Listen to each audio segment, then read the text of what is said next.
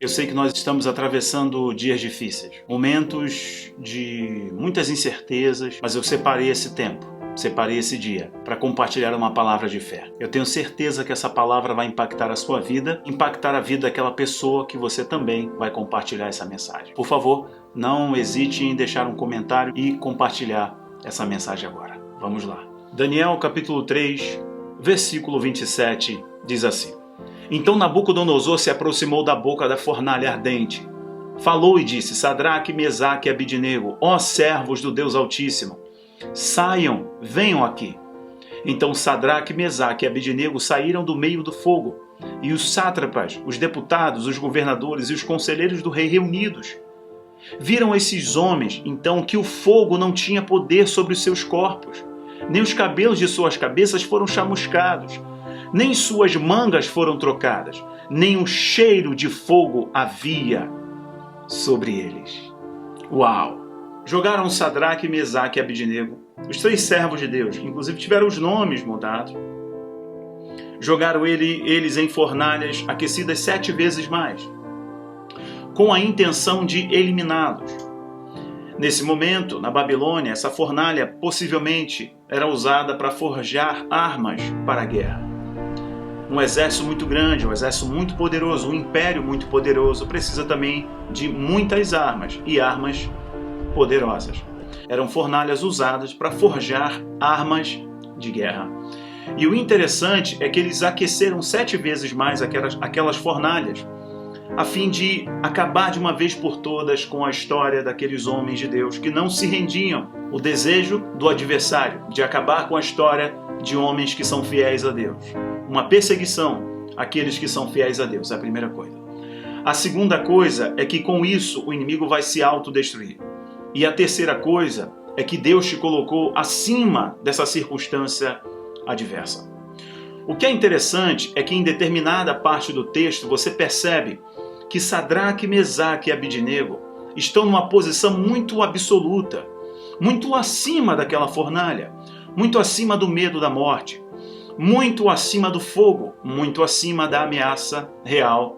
Olha o que eles vão responder ao rei: não temos necessidade de te responder sobre este assunto. Como é interessante ver pessoas cheias de fé. Como é interessante ver pessoas convictas do seu chamado, da sua vocação, do seu propósito. Sabem muito bem para o que e para que foram plantadas em determinados lugares. Por mais que seja um tempo adverso, por mais que seja um fogo poderoso, capaz de consumir qualquer coisa, nós estamos assentados com Cristo em regiões espirituais. Então, nesse primeiro ponto, eu quero mostrar para você que Sadraque, Mesaque e Abidnego não se intimidaram com o fogo da fornalha, porque eles sabiam que aquele fogo era usado para forjar armas de guerra. E eles eram as verdadeiras armas do Criador naquelas terras ali. Então, se você quiser vencer o fogo da adversidade, se você quiser vencer o tempo difícil, a primeira coisa que você tem que fazer é aceitar uma posição espiritual. É se posicionar espiritualmente como você está acima dessa adversidade. Aqueles homens estavam desejando o fim de Sadraque, Mesaque e Abidnego, mas na verdade estavam só usando a fornalha para aperfeiçoar, para limpar e aprimorar as armas de guerra do Criador naquele lugar. Nós somos guiados por uma paz tão tremenda que as pessoas não entendem. Segunda coisa tremenda que aconteceu na fornalha aquecida 7 vezes mais foi a perda de títulos. Perda de coisas que os limitavam, os impediam. Quando os homens lançaram Sadraque, Mesaque e Abidnego na fornalha, uma única coisa aconteceu com eles. Uma única coisa. Os laços que os prendiam, as mãos e os pés foram rompidos. Ou seja, o segundo ensinamento, o segundo conselho que eu te dou diante da adversidade, dessa fornalha aquecida 7 vezes mais, nesse tempo adverso que nós estamos passando, é que ele pode servir para romper aquilo que te prende, para romper os laços. Os homens jogaram Sadraque, Mesaque e Abidnego amarrados, mas tiveram que tirá-los livres. Talvez existem circunstâncias na sua vida, existem situações, existem comportamentos, mentalidades, posturas. Existe algo nessa terra que ainda te prende. Existe algo que ainda te limita. E talvez o que você está atravessando agora seja o momento adequado para o fogo permitido por um Deus de amor venha e possa consumir aquilo que está te prendendo. Você percebe que quando eles são jogados no fogo e o fogo só consome as amarras, as cordas, só aquilo que os detinha, é sinal de que esse Deus amoroso permitiu o fogo para uma nova liberalidade, para uma nova liberação, para um novo nível de liberdade, um novo nível de fé desses homens. A gente não quer ir para o fogo, mas o Deus maravilhoso que nós servimos, às vezes, Ele permite o fogo para que a gente possa ter liberado da nossa vida de uma vez por todas as amarras, tudo aquilo que nos prende, aquilo que ainda nos detém, aquilo que ainda nos segura. Eu quero te perguntar, o que ainda está te segurando? O que te impede ainda de ser um marido melhor? O que te impede de ser uma mulher melhor? O que te impede de ser uma esposa melhor? O que te impede de ser um filho melhor? O que te impede de ser um empresário melhor? O que te impede de ser um evangelista melhor? O que te impede de ser um cidadão melhor? O que te impede de estar ainda mais próximo do Criador?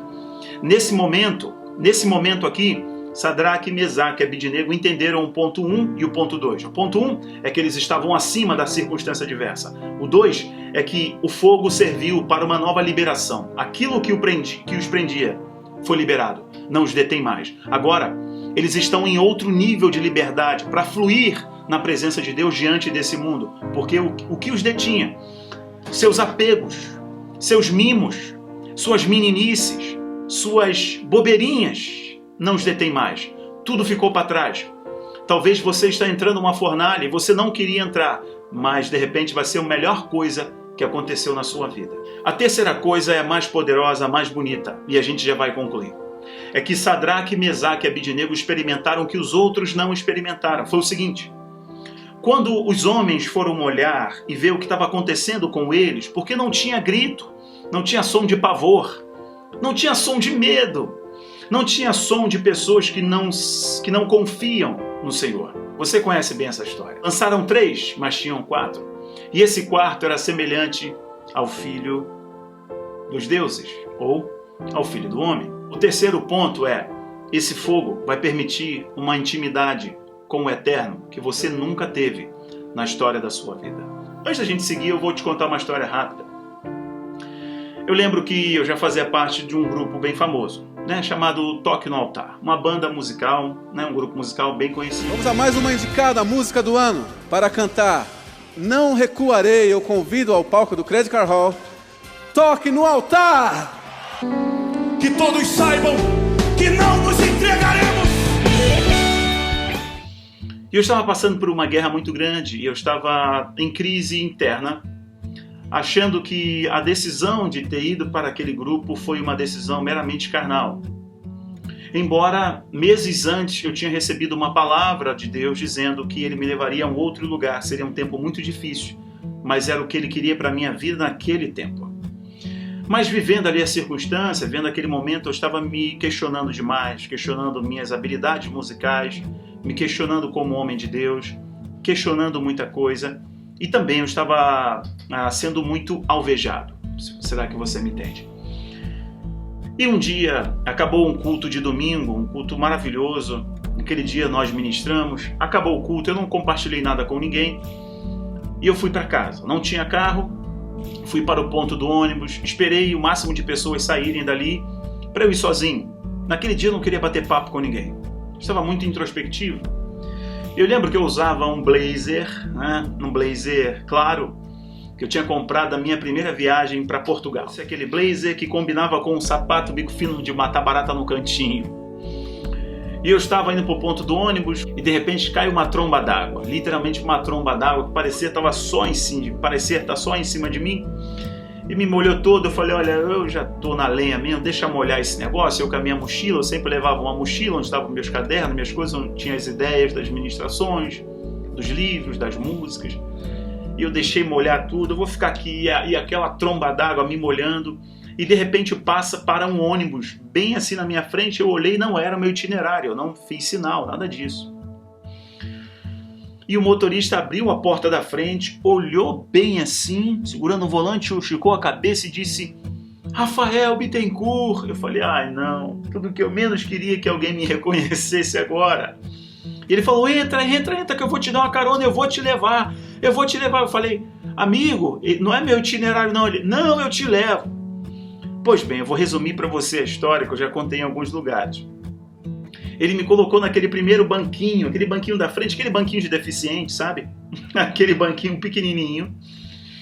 Ai. E eu sentei ali todo molhado. Ele vinha falando, rapaz, eu sou seu fã, cara.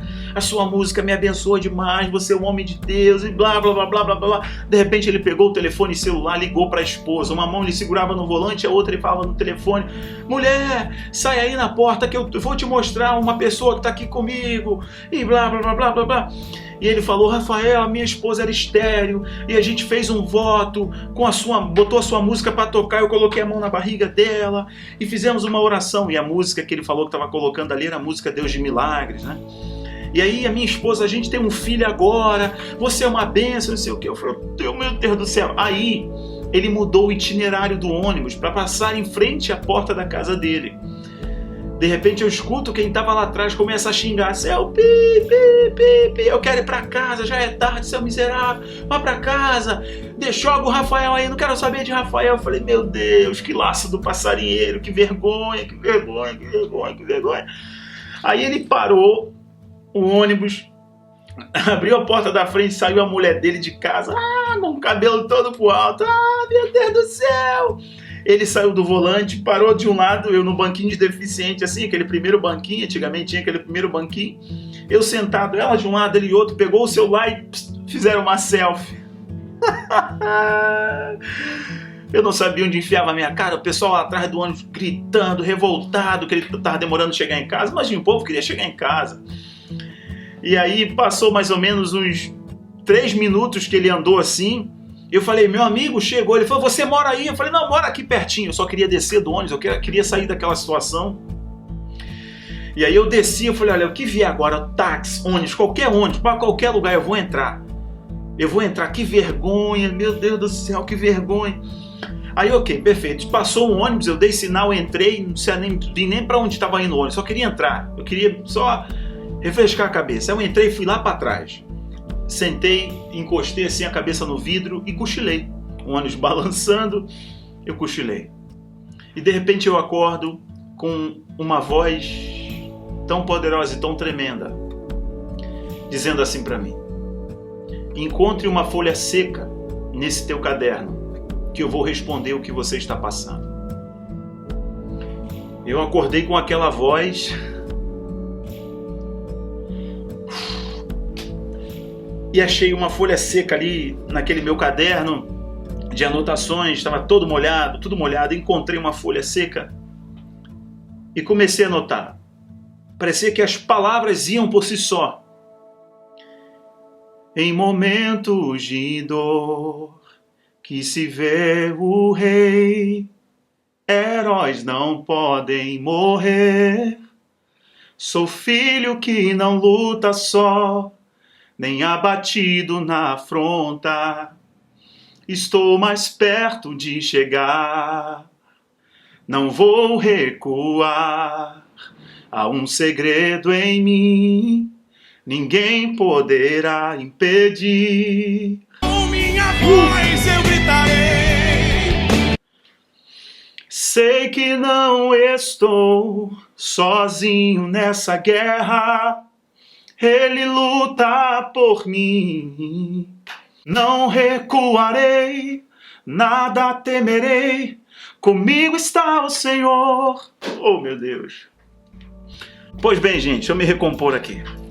Dentro desse último ponto, para concluir essa mensagem de fé e de encorajamento para você, que Sadraque, Mesaque e Abidnego tiveram uma experiência íntima, única, profunda, que vira a chave, muda o destino, muda a história, muda o curso da vida de qualquer pessoa.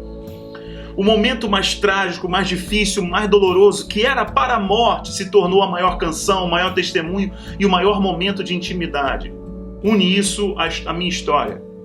Eu já estava num momento muito difícil, ainda passei por algo constrangedor, alguém querendo só me honrar, mas foi muito constrangedor.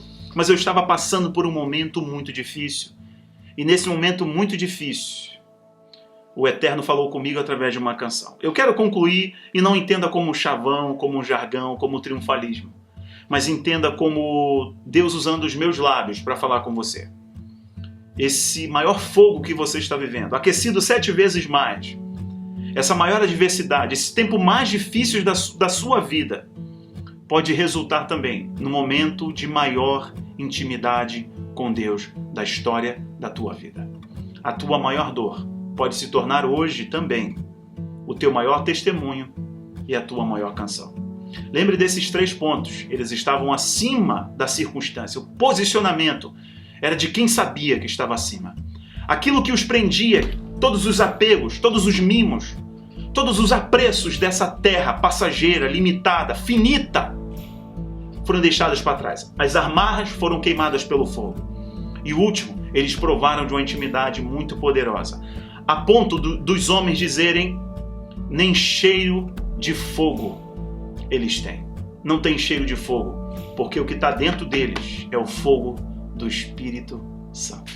Deus te abençoe. Compartilhe essa mensagem. Eu espero que tenha te abençoado. Tchau, tchau.